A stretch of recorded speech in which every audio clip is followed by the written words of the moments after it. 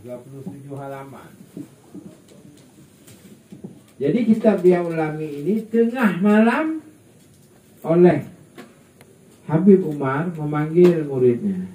Murid ke tengah malam pakon gue, disuruh ambil kalam, kemudian disuruh ambil kertas, ambil kalam, maka tulis olehmu apa yang ku baca. Maka Habib Umar mau selawat itu baca, muridnya menulis.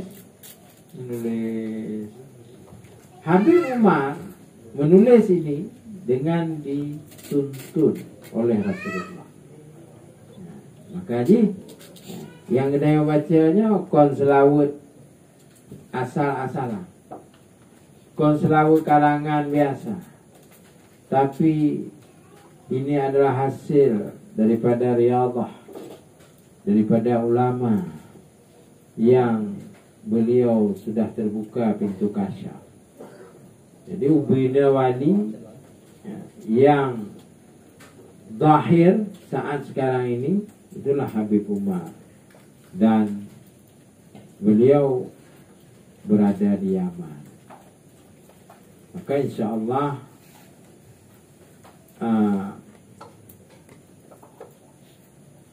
kitab ini dikarang tengah malam itu pada tahun 1994, dikurung 10 foot sekarang kitab selawat ini. Selesainya di tengah malam dikarang, selesainya sepertiga malam yang akhir. Di malam kau kebagi gini, sepertiga malam pertama dari habis isya sampai jam 12. Sepertiga malam yang pertengahan, tengah malam berarti dari jam 12 sampai jam 2. Dan sepertiga malam yang terakhir jam 3 sampai subuh. Maka selesainya ketika hampir subuh. Nah, ketika selesai itu, maka beliau ajarkan kepada para murid-muridnya. Maka ketika datang beberapa orang Habib kemarin, itu pernah diijazahkan kepada kita daripada Dia Ulami. Sebenarnya selawat adalah sesuatu yang tidak butuh ijazah. Selawat apa ijazah? Selawat dapat langsung boleh nama, dan langsung Rasulullah akan menjawab. 1 udah selawat, 10 Rasulullah balas.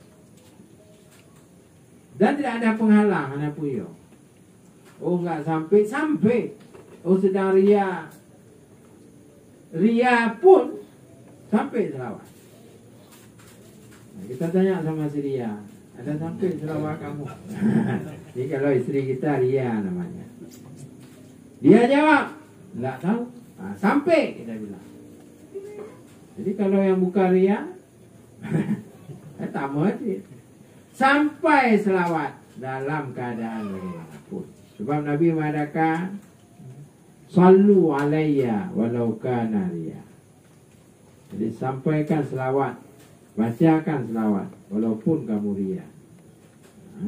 Yang ke ibadah yang paling istimewa. Dalam keadaan kita yang tengok dari tumpeng dan selawat. Tengok dari hitung barang lagi ada kuning, bang supermarket mini. Tengok hitung barang nyorin su kafe, daya kaku susu, ya, saka betulik semua. Allahumma salli ala Muhammad. Membantu pada kau susu gula Muhammad. Ya, kan? Jadi pada saat sedang apapun dah baca tuh, dia anak pun khawatir. Nah terus